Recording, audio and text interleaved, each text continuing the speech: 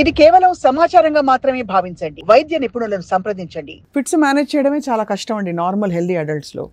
అంటే healthy adult అంటే మిగతావన్నీ సక్రమంగా ఉండి, అలాంటిది కోమార్బిడిటీస్ ఉన్న వాళ్ళకి మరి ఫిట్స్ అన్నవి ఇంకా ఎంత తీవ్రత తీసుకొస్తాయి. ఉదాహరణకి హార్ట్ కండిషన్ ఉంది, లేదు డయాబెటీస్ ఉంది, లేదు ప్రెగ్నెన్సీలో ఉన్న వాళ్ళకి ఫిట్స్ కండిషన్ ప్రీ కండిషన్ ఉంటే ఇవన్నీ వీటి మేనేజ్ చేయడానికి స్పెసిఫిక్ ప్రోటోకాల్స్ ఉంటాయండి. ఉంటాయండి. అంటే ఇప్పుడు మందులు, ఇప్పుడు ఫర్ ఎగ్జాంపుల్ మనకి హార్ట్ డిసీజ్ ఉందనుకోండి, కొన్ని మందులు వాడకూడదు.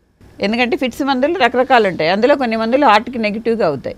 అదే, సో అది మనం డ్రగ్ ప్రిస్క్రైబ్ చేసేటప్పుడు అవన్నీ కనుక్కుని దానికి తగ్గట్టుగా మందులు ఇస్తాం. అంతేగాని హార్ట్ డిసీజ్ ఉన్న వాళ్ళకి ఫిట్ వస్తే హార్ట్ మీద ఏమీ ఎక్స్ట్రాగా ఒత్తిడి పడడం అనేది జరగదు. సెకండ్ ఇంపార్టెంట్ డయాబెటీస్ మీరు చెప్పారు. డయాబెటీస్లో ఫిట్స్ యూజువల్గా షుగర్ డౌన్ అయినా వస్తాయి, హై ఉన్నా వస్తాయి. అదొకటే కాకుండా ఫిట్స్ ఉన్న వాళ్ళకి షుగర్ ఫ్లక్చుయేషన్ ఉంటే ఆ ఉన్న ఫిట్ ప్రెస్పిరేట్ అయిపోతుంది. సో అందుకని strict and good control of sugars ఉండడం చాలా అవసరం. మోస్ట్ ఇంపార్టెంట్ మీరు చెప్పింది ప్రెగ్నెన్సీ. ఎందుకంటే ఇప్పుడు ఫిట్స్లో బర్డెన్ అనేది పర్సన్కే కాదు, అంటే ఉన్న వాళ్ళకే కాదు, చుట్టూ ఫ్యామిలీకి కూడా పెద్ద స్ట్రెస్ అది. ఇప్పుడు పేరెంట్స్ ఉన్నారనుకోండి, చిల్డ్రన్కి ఫిట్స్ ఉంటే parental stress is very high. అలాగే కేర్ గివర్ బర్డెన్, అంటే ఫ్యామిలీలో కూడా అందరికీ వీళ్ళు ఎప్పుడు పడిపోతారు, ఎప్పుడు హాస్పిటల్కి వెళ్ళాలి, ఎప్పుడు దెబ్బలు తగులుతాయి.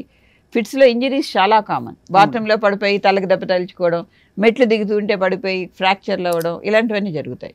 సో అందుకని ఎప్పుడు ఎవరో ఒకళ్ళు కళ్ళల్లో పెట్టుకుని చూస్తూ ఉండాల్సిన రిస్క్, అంటే ఆ లెవెల్లో ఆలోచిస్తారు మన వాళ్ళు. కానీ ఫిట్స్ ఎవరికైనా కంట్రోల్లో ఉండి 3 నుంచి 6 నెలలు ఫిట్స్ రాలేదనుకోండి, వాళ్ళని ఇండిపెండెంట్గా వదిలేయాలి. అది కూడా ఇంపార్టెంట్.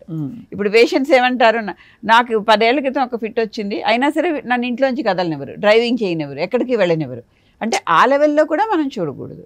ఇప్పుడు మీరు అన్నట్టు ఇందాకల్లా రెగ్యులర్గా ఫిట్స్ వచ్చేవాళ్ళు అనుకోండి, వాళ్ళకి తప్పదు. ఇప్పుడు వారంలో ఒకటి వస్తున్నా, డైలీ వస్తున్నా వాళ్ళని జాగ్రత్తగా చూసుకుంటూ ఉండాలి. మిగతా వాళ్ళకి వన్స్ వెల్ కంట్రోల్డ్, అంటే ఒక 6 నెలలు 1 year కంట్రోల్ అయితే వాళ్ళు మందులు వాడుతూ ఉండగా అది మెయింటైన్ అవుతుంది. సో దానికి అంత తీవ్రంగా రెస్ట్రిక్షన్స్ పెట్టాల్సిన అవసరం లేదు. రైట్.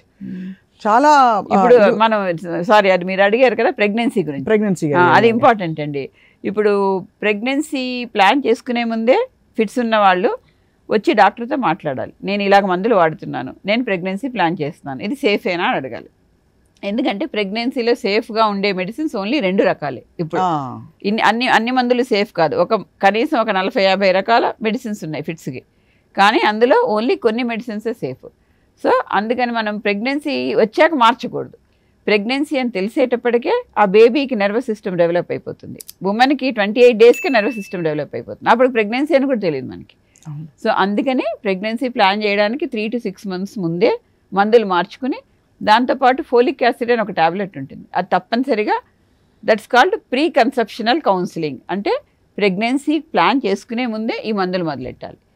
ఈ మందులతో పాటు ఈ సేఫ్ మెడిసిన్స్తో పాటు ఫోలిక్ యాసిడ్ ప్రతిరోజు వేయాలి.